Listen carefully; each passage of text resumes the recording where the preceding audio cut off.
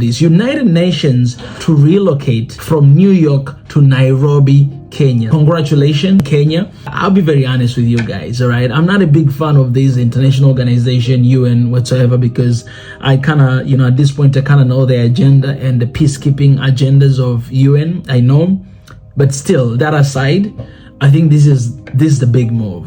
Organizations like these, they don't move for nothing.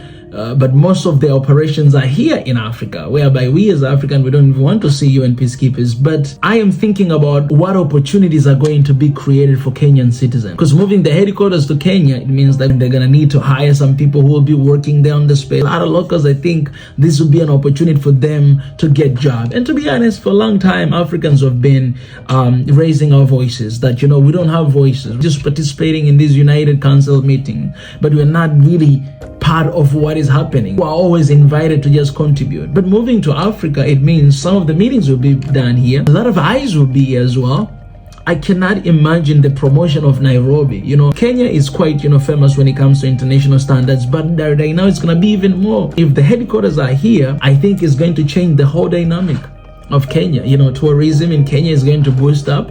Nairobi, it's going to be protected at all costs because UN are there, what I'm saying? I don't know what they had to give to convince them to come here.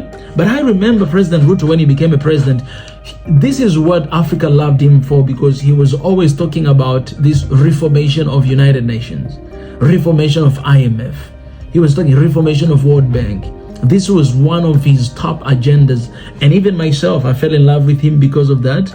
But I think, because of the noises he made, it produces this kind of results. You know what I'm saying? So I know there might be some mixed feelings out there. Another side of it, why this is being done, because Africa, of course, is rising. They need Africa to be the center of their operations, because this is where they get everything. Reallocating to Africa, in a way, Africa is opening up their hearts for them. You know what I'm saying? Because for the past few years, we've seen Africa really partnering with China, with Asia, with Turkey, with other countries, running away from, America and, Western countries. And I think this is the wake-up call. By coming back here, I think they're trying to win the hearts of the people. Let me know what you guys think. Do you think this is a good move for Africa?